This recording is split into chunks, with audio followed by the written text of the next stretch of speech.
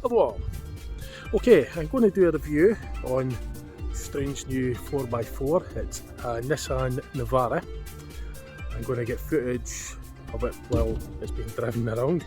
I'm going to get footage of the engine, the underside, the interior and all round it. This is just the introductionary.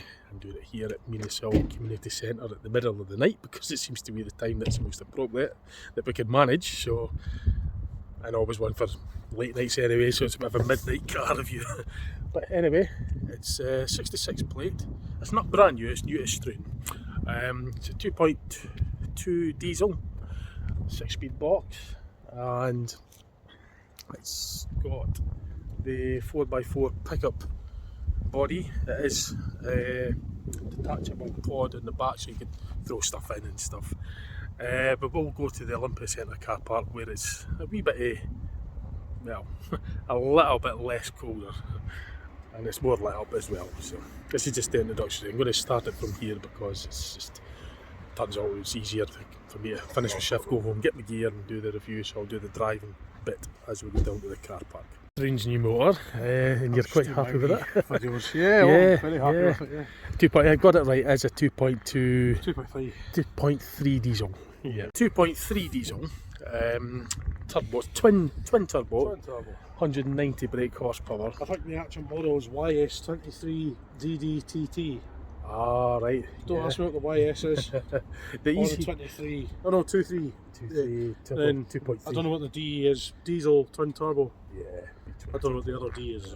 The easiest thing you could do, because you don't mind if the number plate's showing anyway. No. If you're wanting to get the full specifications, well, at least you could get information online regarding the model that will pinpoint to the exact model. If you want to get more about the specific type, just put in the number plate on a car search and you get specifications. You'll get their version of what the specifications is for this model of car.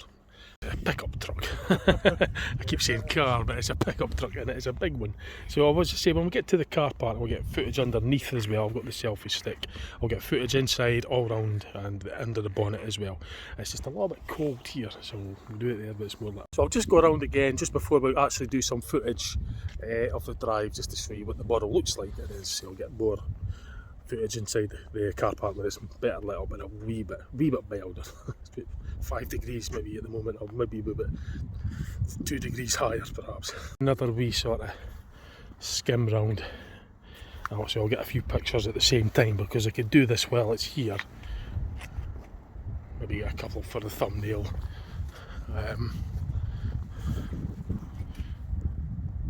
Probably even just jump straight to the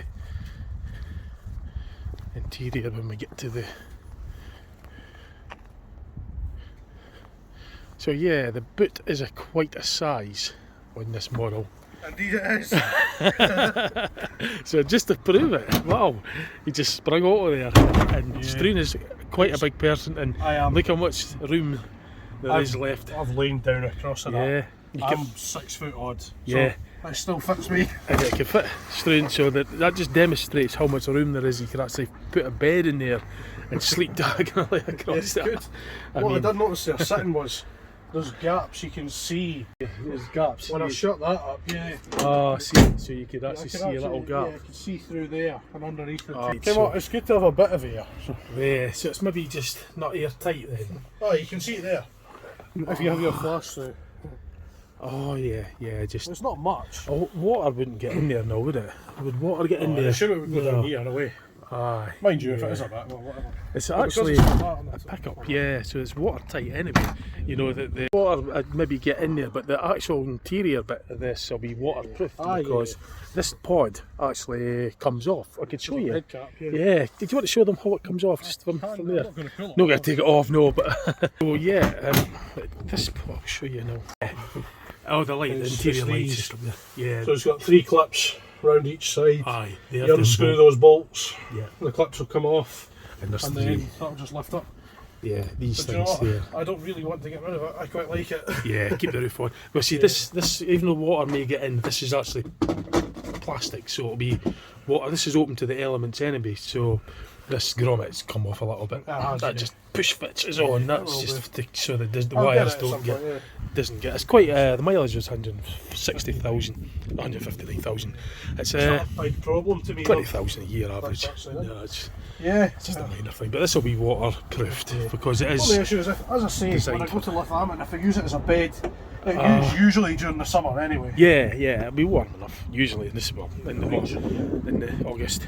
It's just putting the rubber grommets. So it's second hand. It's That's better. it was a construction vehicle. It was on a construction site, so it's been used quite. It's been put to work. It was a construction vehicle. It was was it a building site or something? Or Something like a construction company. So yeah, you can imagine the amount of work they'd been put through. But this, got a as bit I of say, silicone spray earlier and loosened that up. oh right, So, and now it still doesn't perfectly work. But when I open that, I can almost lock it. If you watch this, I can put the key in, and you can nearly lock it. It's just got about an inch. Yeah, it's just not quite. So close. It's maybe the locks just need to come right out, get lubricated. I probably will do that. Yeah, but that's the thing though, as I say, all this comes off, so Keep anything worth value in it. that even though water gets in, it'll be designed for waterproof anyway, so it's not. Well, even then, so long as the water doesn't get into here. Yeah, the windows open sideways as well, they actually open out. We could do more of a demo when we get to Olympia. It's a little bit cold. There's movement of air, but it's not much warmer in Olympia. But you've got the light, and it's a wee bit sheltered, so it's better light.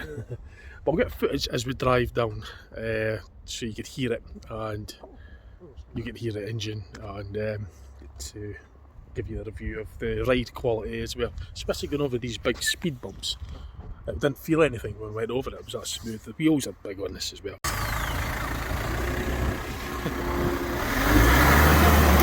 Cooling fan's not on. It's on, but it goes faster on the viscous. It's a viscous cooling fan. You want to hear it when it's switched on. When it kicks in further, when it kicks in faster, it's actually quite powerful sounding. Yeah, so that sounds good. Yeah, that's what it's meant to sound like it. Yeah.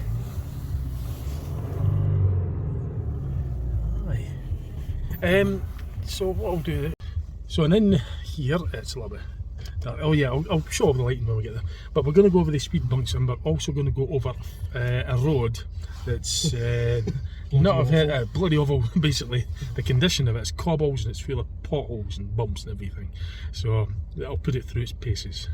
And it's an ordinary road, and when I take my car over it, Cobble road. Yeah, cobbles and bumps.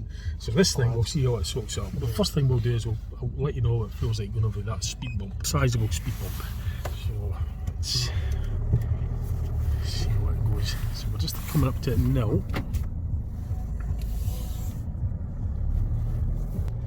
Not much at all. It soaks it up really well. I mean, in a car, some cars will bottom out on that. So I'll keep this one in. You'll get to hear the engine. I'll mention though, at the moment, the engine, it's a twin turbo. One of the turbos, there's an issue with one of the turbos. Something to do with the bush sensor. Yeah, something to do with the bush sensor. They came up with engine diagnostic. So it's running at a lower power rating at the moment. It is less than it should have. But it still runs alright, but it's not. I don't think it's the turbo itself, because mechanically it would burn oil. Usually when the turbo goes, it burns oil and lots of smoke coming at the back. But there isn't that issue. So, but there is a lack of power, and that's probably due to the ECU just cutting the fuel to the engine and running in a kind of form of limp home, but not limp home, but just in a sort of reduced power setting until that issue is fixed with one of the turbos. So we're just going along there, and you'll hear what it's quite smooth inside. If I put that on, that's not going to dazzle you for a short time, is it? What light? If it does, just tell me if it does. I'll so it's the same time there's individual lights like that. Yeah. 6-speed box, 6-speed manual. It's got all the usual stuff, and it's cruising along. There's leather seats in that. I'll wait till we get there and we can maybe aim to. What I'll do is I'll take the Kingsway so you can see the reduced power. Oh yeah. And then in the future, when it is fixed, then you can do that same again and show you how much of an increase. That's right. Going downhill, it's alright. Yeah. It's just at the moment it's the decrease in power, because it's obviously protecting the engine when it does that. it's basically limiting the amount of power that's produced until that issue's fixed. The ECU is just not letting the engine go at its maximum because it can do more damage. Otherwise, it's kind of like just in a reduction in power. Not quite as slow as a limpo would, but just more a kind of reduced power. But it still does go up to 70. Yeah. So yeah, if that's dazzling you, this light, if I can put that on, I can't even turn it. But that's fine, yeah, that's okay, yeah. Just turn it off immediately if that dazzles you. Yeah, it's alright, you can have a look. Yeah, so there's lots of headroom. You've got this banister handle, that's to help get in because it's so high. You're actually climbing up into it. You've got the normal overhead ones, and you've got this here to help you to get in because you're climbing up. There's a step to climb in. The driver doesn't have it because we've got the wheel to hold on to. Mind you, I'm tall enough to just slide my ass on the seat and turn out. Yeah, it's all about just getting used to it, I mean, it is. I'm going to go down the Kingsway. Oh no, just remembering, I think actually if you go down the Kingsway, you might not get down on what do you call it, on the other side where the roadworks. You might want to go along. No, I'm going that way. Oh, you're going up that way? Oh, yeah, that's fine. Yeah, then down back towards. Aye, through Lockheed and that. Yeah, Lockheed were going earlier. So you're going up a slight bray as well, so you can hear the. Yeah, you probably won't hear much. Yeah, it's quite quiet in here actually. It's a 2.3 diesel, and we're just and sitting comfortably and heating. It's got the usual air conditioning, heated seats as well. Flexibles. Because everybody will be Ambulance. knowing what's going on here, so I'm going to turn that off and I'll point the camera forward. I think it. Right. And I think that's that one area. I won't distract them anymore because they're lighting. So we'll just head on to the Kingsway. So you hear as it picks up from the west. It would have been if the lights were still at red, but no.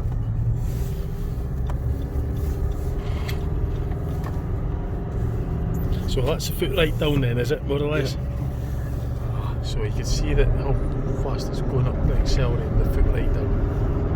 So it's a sloth at the moment because of the issue. From the RPMs you can see that rev total just sitting about 2,200-ish. If this is in your way, just... No, you're alright. That's how I move my arms. So that'll be flat out, is it? Yep. 46. Yeah, it's definitely in a reduction in power at the moment until that turbo issues.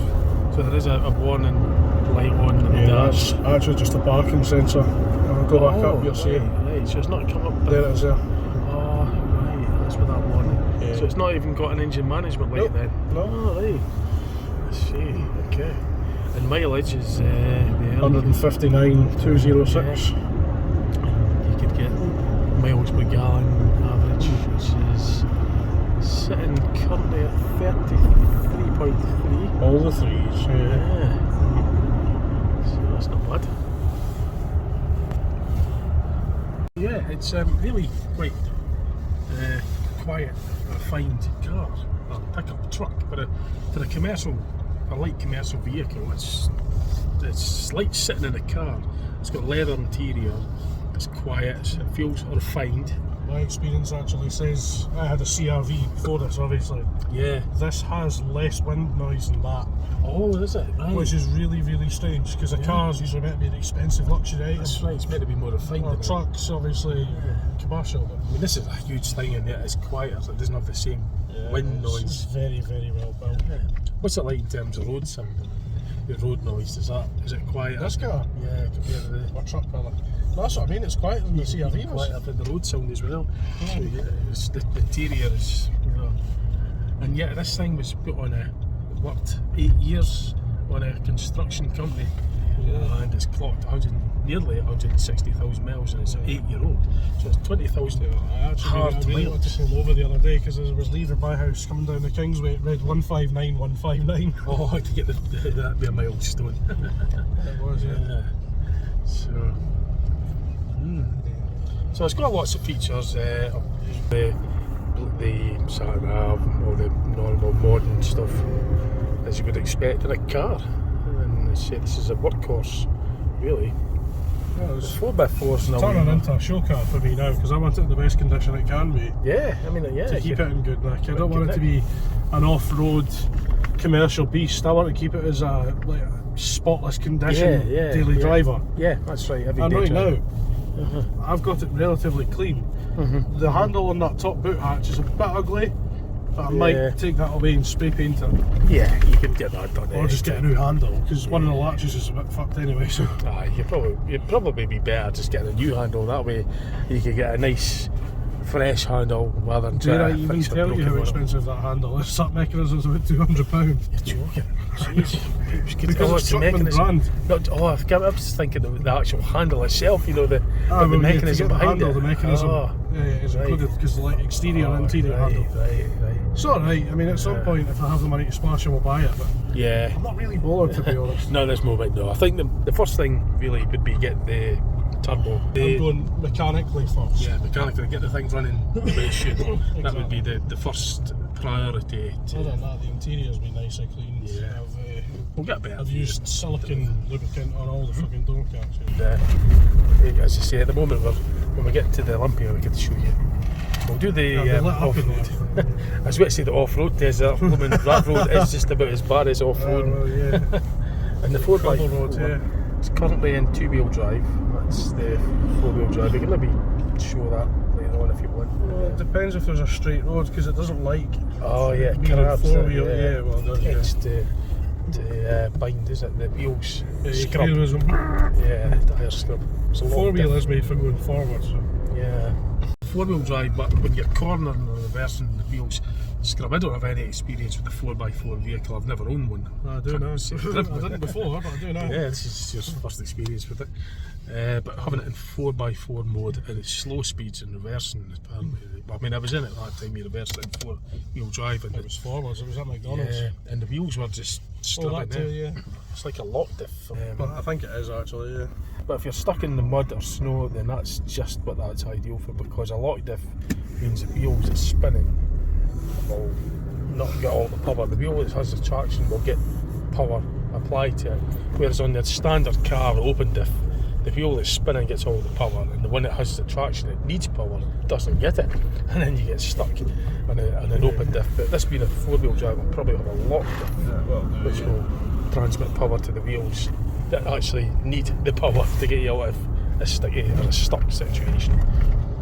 Here it's you can hear us speaking. It's really quiet in here. I can just about whisper. I can speak in that, and you can absolutely hear yourself. It's just like being in a car, you know.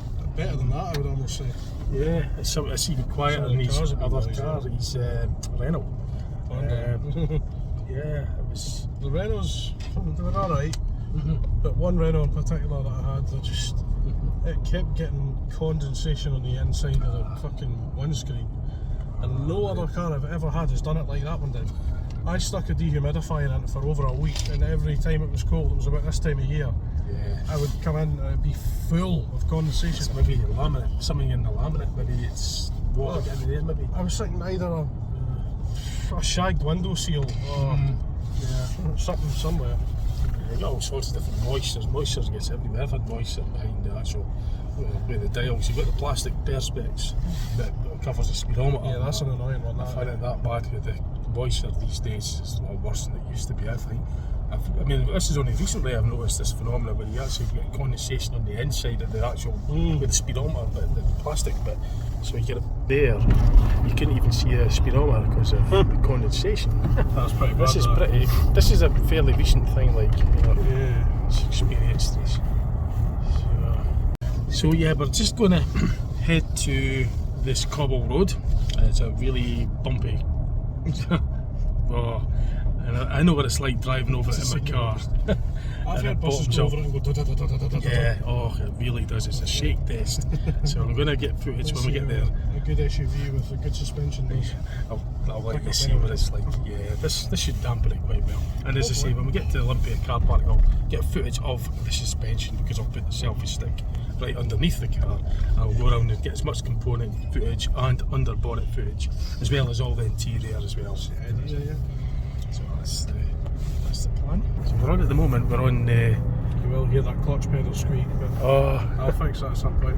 You know, some of the roads that we're paying road tax for is getting to the point where you need a blooming 4x4 to drive them because they're terrible. The condition of the roads are deteriorated a lot worse lately than it. We used to pay to drive on the roads in urban flicks, now we pay to drive what's left of them. That's right, yeah, the condition of them is deteriorated and it's just, you know, you need a tank like this to drive on them the way that's going if you don't get them, you know, if I let this get worse and worse and deteriorate worse, potholes everywhere. And that's why the suspensions and bushing and all the rest of it fails so regularly now. Ball joints because of all the conditions of the roads. Oh, you're doing a sound test for the 20 miles an hour and then go up, Okay, yeah, well, up. Do you want me to put this to this? You'll probably hear it as well on this. So if yours, if you listen up.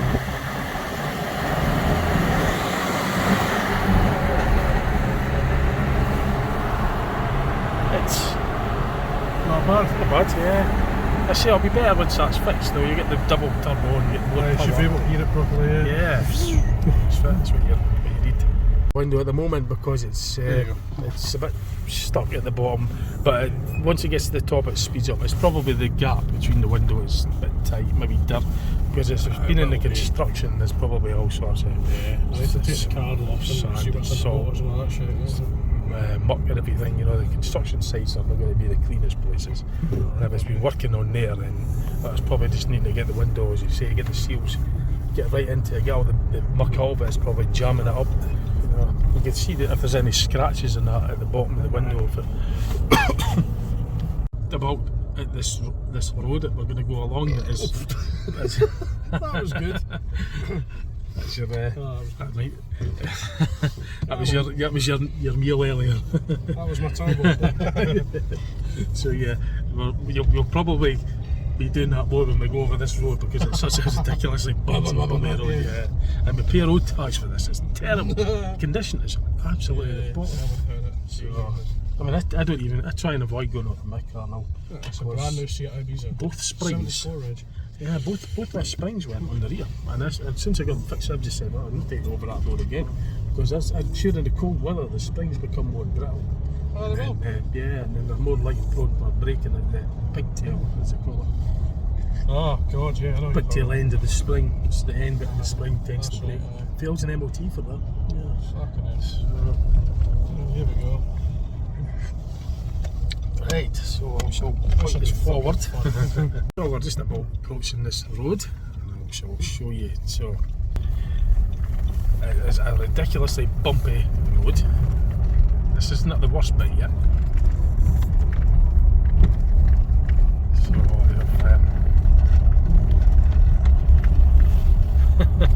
So so far, it's soaking up quite well. Yeah, it is, yeah. Yeah, you see how bad it is, right? It gets worse about this side of the worst bit. Yeah, I know. Bloody hell. Even this is getting yeah. This is getting put through the paces, but I mean, you certainly feel this is another big bottle of crap. You can see I'm shaking around it, but it's coping quite well. Some cars would bottom out on that. Yeah, well, even I mean, I go over it slowly, but I've seen cars actually. I was walking along there, right, and the car went over it. It was 20 miles an hour there, so that wasn't bad at all. Yeah, oh, that's how fast it was. And this car, it went over it much quicker, and it actually saw sparks when it bottomed out. This is a view. What, on whose? Oh, I don't care what it was. I'm not sure whose car it was, but I was walking along, yeah, and it just flew past. Must have been doing about 30 or something. The back end over one of the big bottles, it actually grounded, and sparks came off. Have a look at this. Is that bad? Well, this is a challenge. No, 17.5 foot long, and this is quite a challenge going through a car park in such a large vehicle. See just how tight there it is. So if you're getting a 4x4, this is something that you want to consider if you're in a multi-storey car. The height check, we know that the height is clearance for 6 foot. 6 foot, so we're got to be aware of the height. There's also a commercial vehicle, so there's speed restrictions as well. So that's another thing that's got to be noticed. Because it's weighing just about 2 tonnes empty, it maxes out at 3 tonnes. Now there's speed restrictions for light commercial vehicles, LCVs. This is the bit that makes light shit. LCVs. Oh, this. You could do it though. You can do it. Look at that. More to go. Yeah, 6 more to go. You can actually hear the squealing from the steering rack though.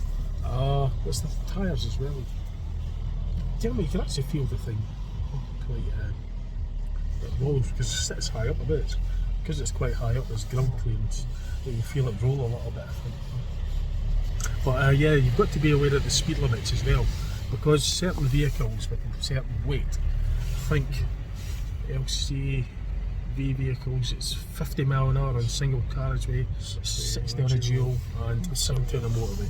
There's your standard car. And over 2,040 kilos. Yeah. That includes dual purpose as well.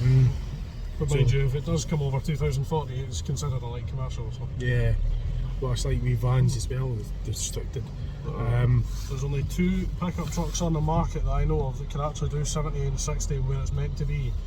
One is the Isuzu D-Max, and the other is a Mitsubishi L200. They all weigh under 2,040 kilo.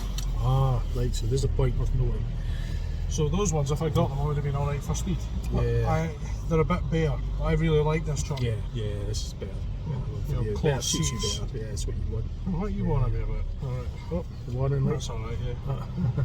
So yeah, you've got to bear in mind that your ordinary cars is your normal speed limits, but if your vehicle's over, you can look all this up and verify, because it's quite complex. You need to know the weight of your pickup and that as well. But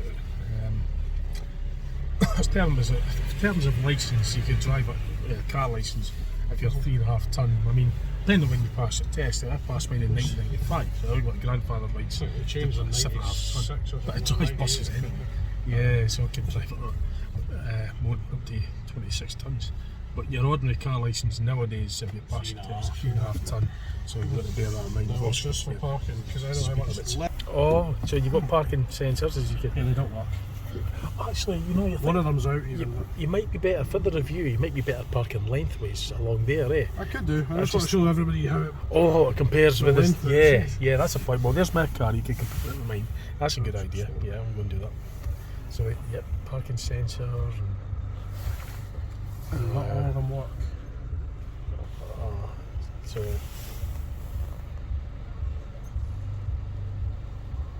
I can hear music, is it? Your stereo? Yeah. Oh, right, I've got you. I wouldn't have come through that well in the copyright anyway. It's barely hear it.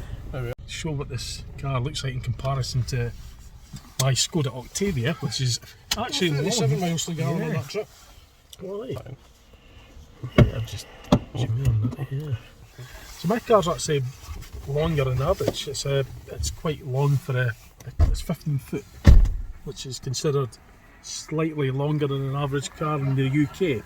So you could compare how big this is in comparison. Just getting out is quite a chore if you're not used to it. You're actually having to climb. You've got a step to step up onto before you get in. It's all leather seats to hold on. Oh yeah, you've mastered you've mastered the technique. So I'm tall enough, I just sit. Yeah. 6 foot this vehicle, isn't it? Yeah. So you can see 6 foot on the 01. 601. 6 foot and a centimetre tall. So you can see how it is. You've got to be wary when you go into the car parks of the height of such a thing if you're not used to a 4x4, because I wonder if on the way in here with the barriers I wonder if my aerial got tickled. Oh yeah, that's the thing, you've got to be aware of the aerial. I'm not bothered because they're flexible anyway, so if the aerial gets out of flex, so it shouldn't damage it. But so to compare the length, it hasn't even got a tow bar as well. This has not been got. It's not been worked. Not too upset by that though. Well, that's a good thing, because it means less wear on the clutch, because if it's towing a big weight at the back. The selling point when I bought it was that one that's never had a tow bar. I was like, that's good. And then I went, well, actually, no, that is good, yeah. Yeah, that's what you want to hear actually, because it's been not worked as hard as it could. If it's like tow bar means you're pulling from rest, and it's. I don't. Oh, so it, you could see the difference though. Yeah, I mean, the Octavia is a big car. That's my Skoda Octavia. I've had this for a saloon, yeah. Well, it's technically a hatchback, but it has got the saloon look. That's why I like it. But you can see the difference in size. I mean, the car, the Octavia is slightly longer than an average car, and yet this comes just on the border of being a truck. I've never had any dealings with 4x4s before, but what we actually might do soon is, if you want to drive it round the car park, I'll get some outside footage of it, you know, just going round there. Just go up around the back down Yeah. and come along, yeah. So you went quite a distance to get this, yeah? You want to tell, well, Well, means so yeah, there's quite, not many of them in the UK, is there? there's probably quite a lot, but not so many for sale. Not as many for the price you paid for it, which is quite a good price. There's an easy way to remember where it came from. That number plate's actually really easy for where it is. So the YD, Oh, it yeah. was Harrogate, but it's Yorkshire Darlington, which is Oh. YD. YD, Yorkshire. Yeah, What's Darlington. Darlington, yeah. Harrogate is. Oh, I was doing that way on my holiday. I done a video doing Yorkshire holidays. That was last earlier this So year. we're actually past that. Yeah, I might have done, yeah. A car might have passed us if it was down that way. So, but yeah, so I did actually. I found out the name of the company we owned it, but I can't remember that. yeah. I'm I gonna, can't remember. so we could maybe get. Well, I'd like to show the viewers, let them hear that fan, cooling fan. You know, you'd have to let it idle for a bit. The cooling fan, it's a viscous cooling fan. If your engine's sitting idling, it'll heat up. It won't get the ram air to cool it down, so the fan speeds up automatically. Viscous clutch. So it's like a beading or something inside the does sound expansion. really- Yeah, it sounds quite powerful. It sounds like actually. a bus. So, oh, right, so we could, Well, instead of having to use my fingers and pull at the cable, I Ah. actually put it back to where it's meant to be. yeah, the bonnet. So we'll get to show a bit of the engine then as well.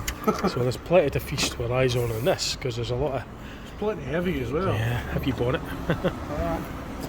So, see if I could get a wider view. This on, so the cable doesn't get caught. Because I've got my battery cable in, because I didn't even have this on charge. It was a last minute decision. Nasty noise.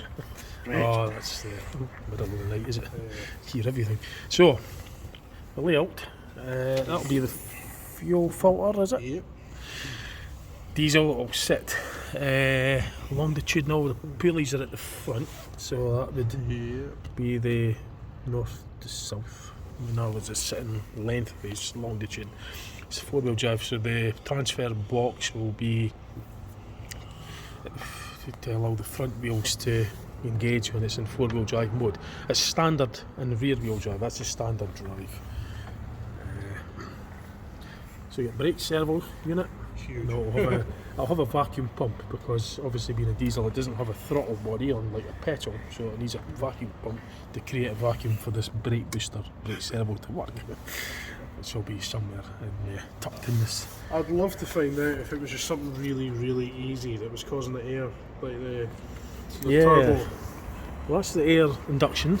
It comes in from here, air filter, Yeah. down this trunk in, and then it'll go to the turbocharger somewhere buried amongst all this machinery. I'm just going to have a nosy now and see if I can see anything that's burst. Catalytic converter at the bottom there, I think. Will be. Flexible. Oh no, well, this is diesel, so it'll be a particle filter. I'm not sure if it's. DPM. There's one of the turbos. Yeah, the other one will be here, no doubt. Is this a V? Is this a V6 or something? Is it? Couldn't tell you. No, I think it's actually a V then, because if there's an intake on the other side, then it's got to be. Which I believe there is, but Yeah. I could be wrong. One turbo on that bank, and there'll be another turbo on this bank. So it will be a V6. And how you tell the number of prongs, or is it a V8? If you see the number of prongs on the manifold, it'll tell you the number of inlet ports there are. So it's difficult with all this stuff. See, are these not usually just Two. clip on? That plastic might just come off, yeah. Normally they just pull off, but you don't want it if you It don't. appears to not. Maybe a bolt or something. I would have thought it would just be a Well, so would I. push fit. It probably is. Yeah. In fact, I reckon it is. I can see it there. There's one of the clips. Yeah. Just. You don't want to break it though, that's the thing, if it's brittle. Check everything's nice and tight. So I just So it is a V, I think it's V6 or a V8. Just wish I knew what it was. It was causing my issues. Specifications. Yeah. So one of the turbos, did he say what one it was? What side it was? No, that's my guess. This, no, what is this? Power steering. Power steering reservoir. Right, okay. Plenty of. Yeah. Plenty in there.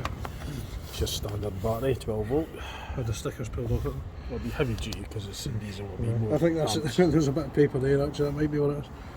Yeah. This will be the ECU for the brake, the ABS, is it? I would assume so. I think that's a fuse box behind that. I don't know. That's the ABS module there. That's a module, yeah. It's a relay. I was actually going to say, what is that?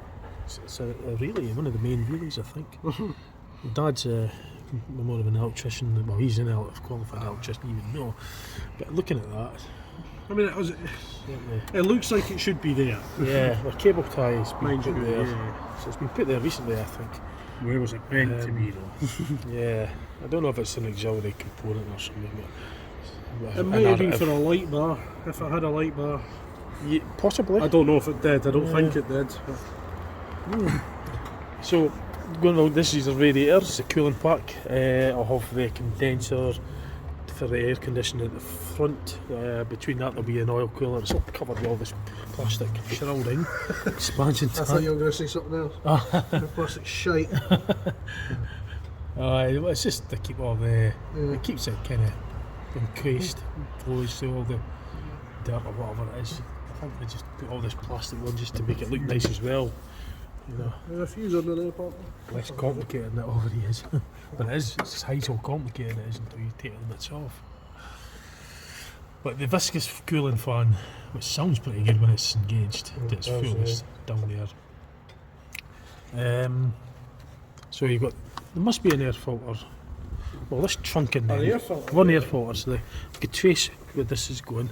It's the air filter there, but Yeah. it's not, as you're waiting to see. That's a charge. That gross. The cooler charge down there. The cooler charge. Oh, right. Oh, so it's probably just, you could probably change it anyway. I will be. That wouldn't be dear. I mean, maybe for the price of changing, how easy that was. Just yeah, I mean, it's just a few clips. And it just, there you go. It's just It's not desperately bad back there. So. No, it would always help, but you'd better get in there. I'll hold that for you if you want to put Yes, alright. Thought we'd have a nosy and see if there was anything stuck in it. that. Yeah, something you could hoover out the I will be doing that, yeah. because you get leaves and shit. Yeah, just. But yes, auxiliary belts for the air conditioning is down there, and the alternator belt. I don't know the engine design on this, if it's. I'll probably be timing gears. Timing gears rather than the timing belt. I think chain. Yeah. I'm going to show them the chassis and the under. Well, I'll actually get the few pictures and then I'll go put it down on the underside.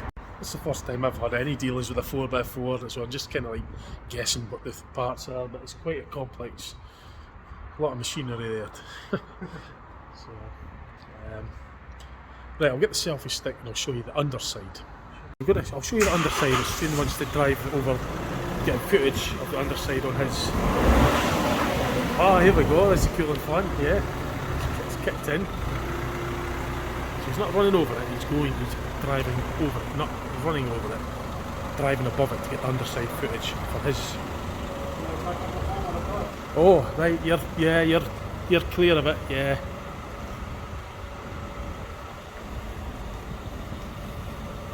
Well, Shane, once you're out there, I could maybe get some.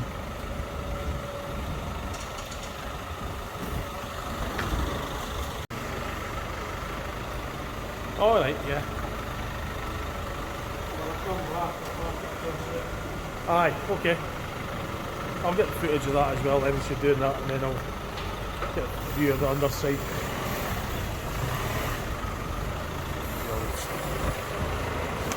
Yeah, so I'll get a bit of footage as he's driving. We'll get underside footage for you as well once we get park lengthways round. So it's going to come down the other side. And there's just now.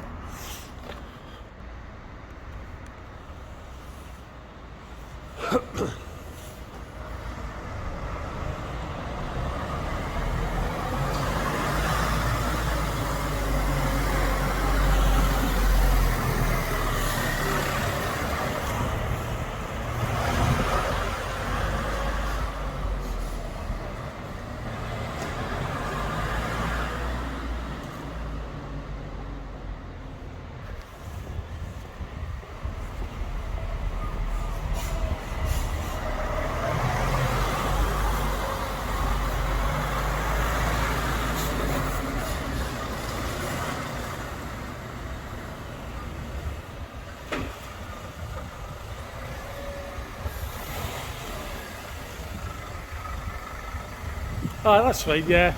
Just sort of a bit of lengthways there or something. If I could get. Probably be alright there anyway, because nobody will be coming. You've got the reversing lights, so get a view of that. Ah, stick it in there.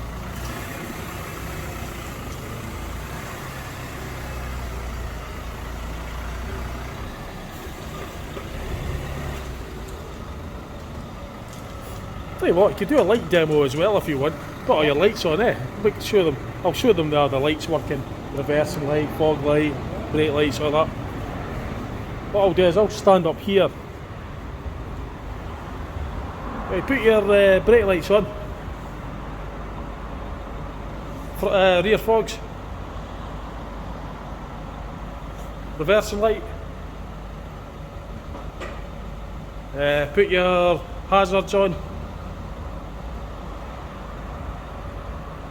It's fine. I'll do your front ones as well then. I'll do the front ends and all. The front fogs, side lights, all that stuff. Is that daytime driving lights? That's main beam. Alright. Yeah. Yeah, nice. Might as well demonstrate the window wipers in. Done a bit of that else over. Oh, if I get this setting right. Oh, come on. I got a shower there as well. I forgot about these. Yeah. Do that again. I didn't quite get it. I was kind of. Oh, every 5, is it? That's like mine. So on the 5th one, then the. Oh, yeah, there we go. Oh, yeah. Yeah, just as you'd expect. Yeah. And the rear one doesn't even have a rear one. Oh no, it doesn't have a rear one, does it? Of course, because that pod comes off. I was looking for a rear wiper, but of course this pod comes off, so it doesn't have a rear wiper. Right, so did they hear what the horn sound like? It's actually quite a light horn for a big car, isn't it? It's quite loud though. Aye, well that's what you need really, just so they can hear you coming. Demo of the lights and all the usual peripherals, just to give you an idea. In fact, I'll show you the underside now and the suspension, and after that I'll show you the inside of the car. Yeah. So we'll get this underneath. So, I should have something to kneel on, but I don't, so I'll just be kneeling on the ground again. This is not very nice, but it's worth it. Oh, right, I'm just going to get this. If you don't open your door. Oh, did you get a good in there? Yeah, I'll show you. Yeah. Hang on. I'm just going to get this and extending out the selfie stick. Right, now. Look at what's stopping it. It's this bloody wire. I'll get that out because I've got that on the charge, haven't I? Right. So I really just. What I might do. I'll angle that up a bit more.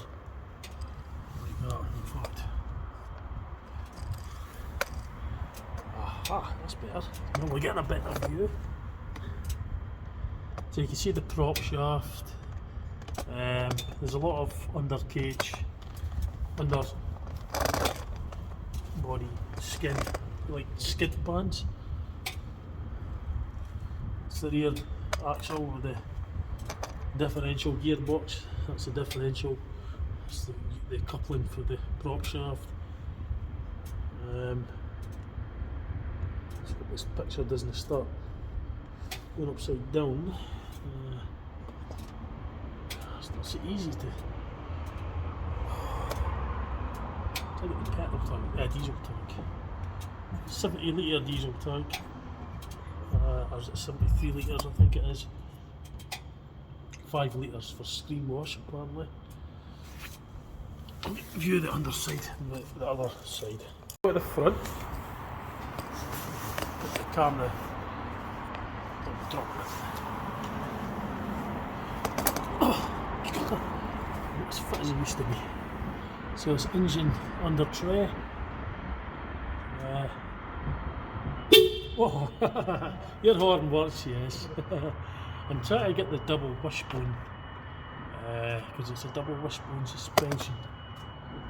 And the horn is right where my ear is.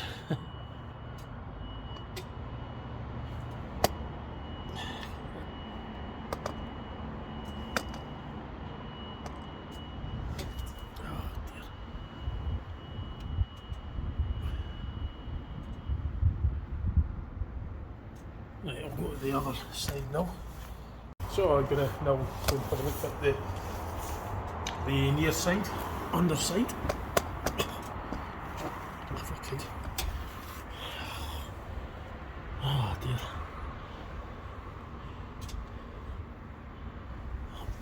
Oh cheesy peeps, it's not so easy. No, I think that's a transfer box there.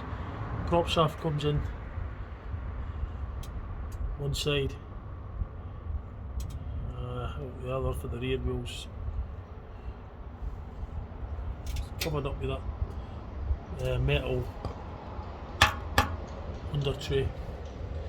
And the front wheel drive section must be further on. It could really be better if this was in a pit, you know, a ramp or something, but this is so awkward because it's concrete ground and kneeling on.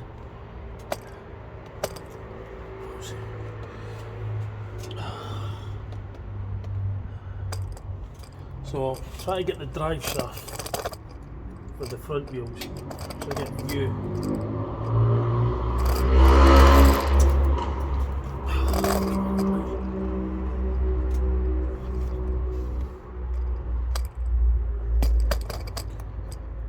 Inner CV joint. No, I was just getting the footage of the inner CV joint. I think that's the transfer case, transfer box for the transmission. Yeah, transfer box is basically what. So a 4x4 will transfer power to the rear wheels in this model. It's standard. And when you go to the 4-wheel drive, the transfer case splits power from the engine to all 4 wheels, and it'll lock up the front wheels. Just basically, it's when you put it in normal 2-wheel drive, it's just going straight to the rear wheels, standard. But when you put in 4-wheel drive, the transfer box transfers some of the engine power to the front wheels via the transfer box. It's all done through planetary gears and stuff. There might even be a differential in there as well to differentiate the power split between the front and the rear wheels. It's quite a complex. I think Audi Quattro was maybe the one that had the differential. I'm not sure about these things like Audi. Talking to Audis, my car, the Skoda Octavia, shares a lot of the components of an Audi anyway because it's part of the Volkswagen Audi group, VAG group. Mine isn't 4x4, but it's just a front wheel drive, open diff. But the Audi, I think they invented in the 80s or the late, mid to late 70s, Quattro came out. It's a 4-wheel drive. Anyway, I'm going to get footage of the rear of this now. So, there's a lot of ground clearance.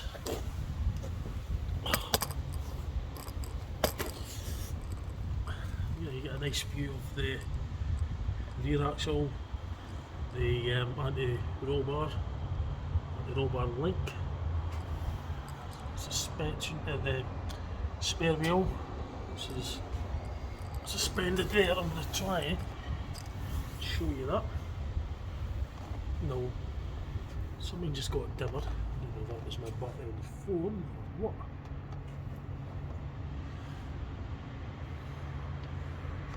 Now it's built on a chassis instead of a monocoque bodywork as your standard cars are just pressed steel panels to make up the structure. This has actually got a separate chassis where the bodywork sits on it. So I think that's going to do for now. For that, it's getting a bit sore on me. It's not comfortable doing this at all. I'd rather be in a pit where it's much easier to inspect the underside. But anyway, curiosity gets a better of me. get myself through all this torture. So you can see the rear prop shaft, exhaust on the right, prop shaft on the left, differential gearbox is that big round thing there, splits the drive 90-degree angle, front rear, right and left wheel, and it also acts as a final drive as well for the gear reduction to increase torque. Well, that is very uncomfortable doing that, kneeling on a concrete ground. After a shift in the middle of the night, it's like 1:20 in the morning, I work my shift and here I'm kneeling on the ground on the underside of 4x4. I've always been curious, so I'm afraid my curiosity gets the better of me and I put myself through the punishment to do that. Now I'm going to show you the suspension with the front wheels. Lock. So we're going to get the wheels put on full lock. We can get the camera down behind the wheels to show you the double wishbone on each side. So it doesn't really matter which side yet. I'll get the driver's side done first. So double wishbone, that's the lower one. And then you've got an upper one as well, which is at the top of the spring. I think it might be better actually if I take this off. That might be easier. So you've got the lower suspension control arm, and you've got the upper, I think that's an upper one, the wishbone maybe. I'm not 100% sure. I'm no expert on 4x4s, that's for sure. I'm guessing. Anyway, you've got the CV joint, it's a drive shaft for the front wheels, you've got the coil over shock absorber system there. Steering knuckle. Steering knuckle. And the actual chassis, which is everything's fixed, it has got a separate chassis, and I'll go around the passenger side and get a view from there of the suspension components. Mind myself not to stand on that. So that there's anti-roll bar, that black bar there, and the anti-roll bar drop link, which is that component there that I'm trying to show you. That's the steering rack. Track rod end, which meets the swivel hub, disc brakes, heavy duty coil spring, that's the lower track control arm behind the roll bar. This is actually the chassis component, which is separate from the bodywork.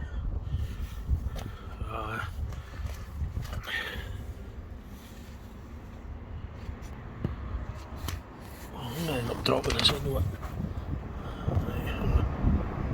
So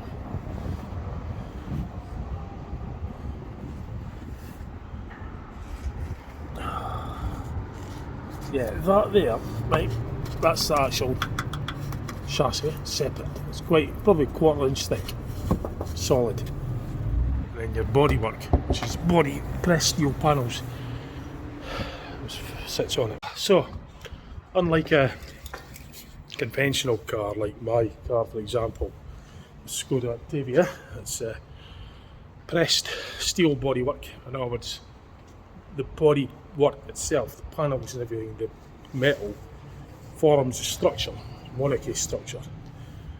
So everything's on a self-sustaining, basically self-structure. So the panels, the panels aren't structural, but the pressed steel and the structure is all made of pressed steel panels to form a structure. It's a monarchy design. The bodywork is the structure, effectively, on an ordinary, most mass-produced cars these days anyway. If we go back in the 50s, it was built differently. 40s and 50s now, with a separate chassis. This being a 4x4 truck, it's basically a separate chassis for all the driveline components. So you've got big girder beams going underneath there, and all the driveline, engine, transmission, suspension, all that's all fitted to a steel underframe, and then on which the bodywork sits on. So the chassis support and everything is a separate chassis. It's probably a good 1/4 inch thick. You can see it maybe clearer on the back of the rear wheels. As your standard road car, the bodywork is the structure. I mean, the body panels come off, they're not structural, but behind the panels is the structure itself. It's Monaco design, it's the bodywork holds itself together basically. Whereas on this, the chassis is the structure, the body sits on it. Because it's a heavy duty vehicle, you see, the ground clearance as well, it's much more rigid. And it costs a fortune, much more expensively put together. Whereas the mass-produced cars are done in the production line at the reduced cost, make it easier to build. It doesn't cost, it costs us a fortune, but it's easier and quicker to build. The press steel panels weld it all together, self-contained structure, and it's for lightness as well. Anyway, I'll show you the chassis at the rear. Just in contrast with an ordinary average road car, so you can see the chassis at the rear. That's solid, and all these components that are fixed to this, and above that is the bodywork, which sits on. That was a bit of dirt, by the way. It fell, the big lumps of dirt, because it is a 4x4. It's been off road, but yeah, I just can't help laughing. I was showing the viewers the underside, you know, where the bodywork meets the chassis, and I was pointing, and a big clump of something fell off. Oh shit, yeah. It's quite lumpy. It's just muck. I was saying, I've not looked at car a bit, you know. It's just dirt. It's out of the back. All the dirt congregates at the back. That's why it rusts more, because it's colder there as well.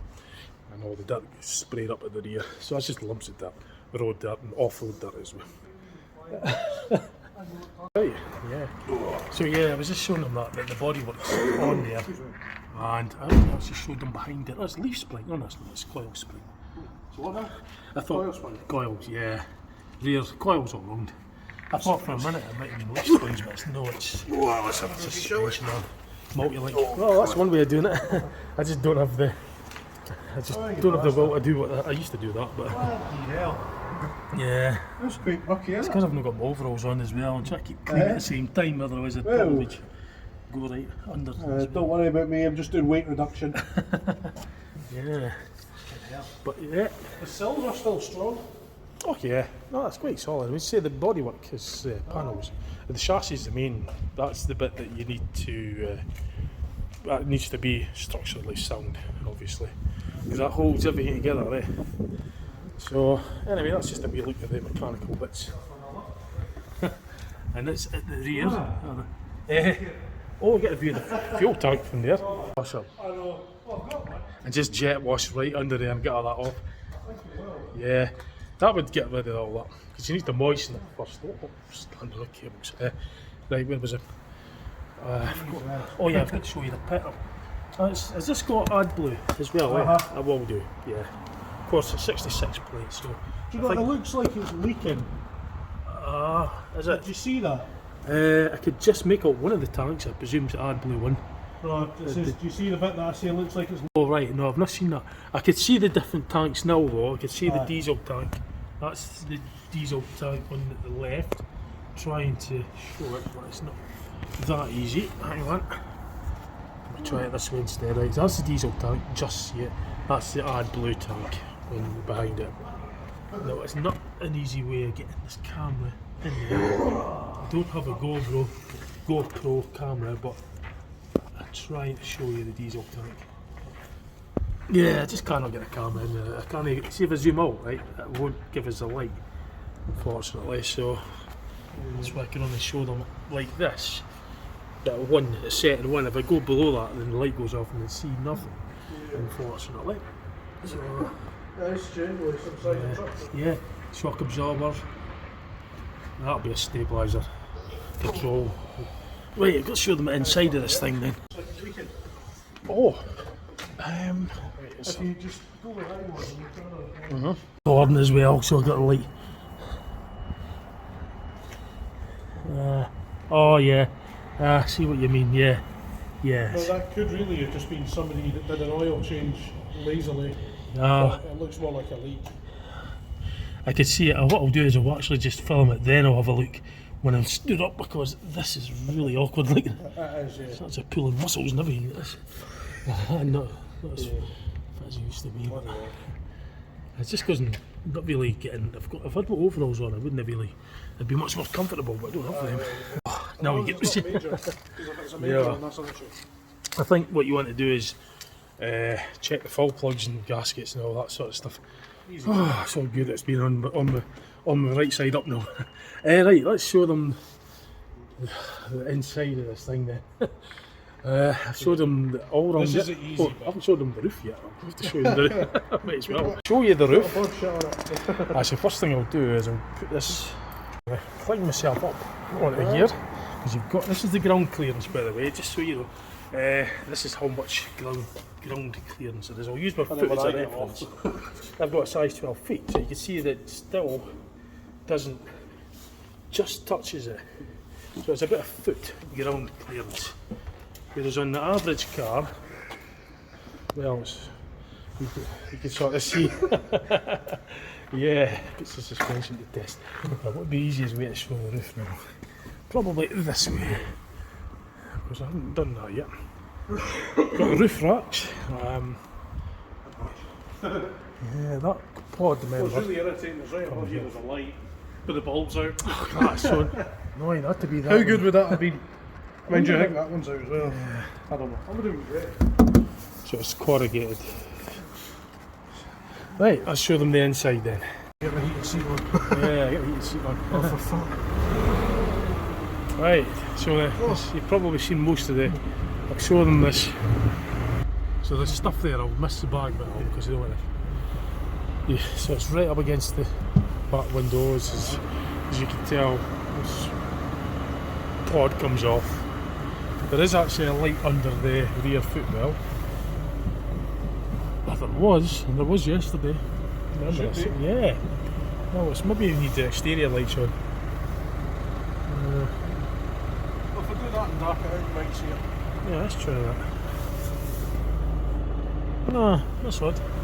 That's odd. Oh, it's only when I turn off. No. Well, Nah. that's strange, oh. I'll try and remember that. There's not really much more to show at the back anyway, other than Just 3 seats. Well, the lighting and the roof lining. Showed most of the interesting mechanical bits anyway. The fillers on this side for the diesel, AdBlue's on the other side. You can open the filler if you want. Look at this. Oh, right. Oh yeah, it opens up for the inside. Yeah, you just yeah. And the AdBlue. Give it a rev on the exhaust if you want. Let them hear that.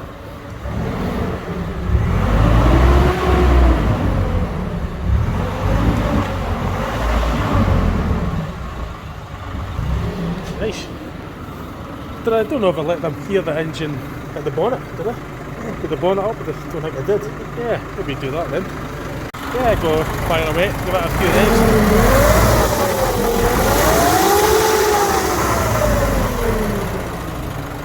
Nice. Yeah, that was not bad. Got the fan on that one. That does sound like the Gemini's with the idle.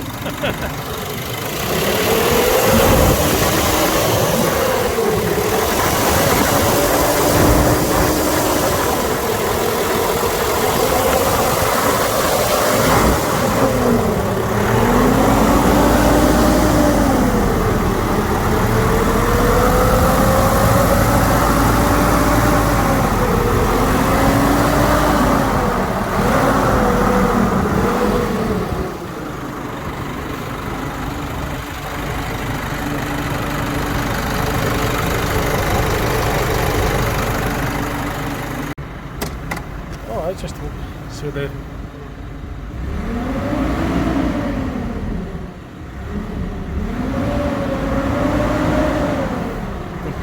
road push 3. Oh, I got the front. Go do another 3. That was good. Go do a 3.5. Oh, nice. Oh, that sounds nice. Lots of power there. Weighs quite a bit, by the way. It's quite a heavy bonnet. So that's the AdBlue side as well. It's you open it from the inside, don't you? For the is this just push fit? Push. Oh yeah. So the AdBlue